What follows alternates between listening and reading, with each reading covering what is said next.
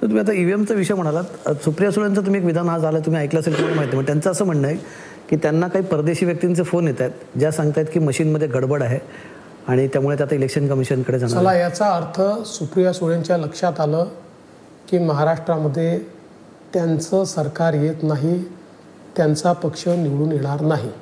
फक्त माझा एवढाच सवाल आहे की जर ईव्हीएममध्ये त्यांच्या काही तर जागा येतील, त्या जागांवर ईव्हीएममध्ये गडबड होती का हे त्यांनी सांगितलं पाहिजे.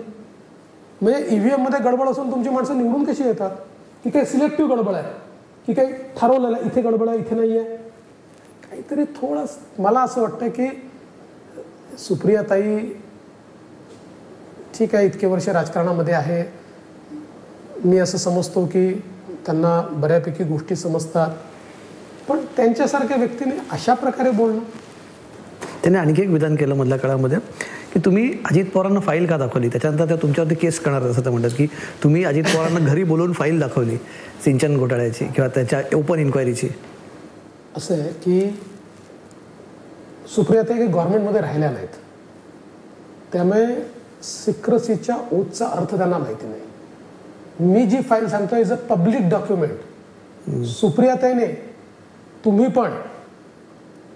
पण स्वतः कमलेश एक अर्ज करू शकता आणि माहितीच्या अधिकारात ती फाईल मागू शकता.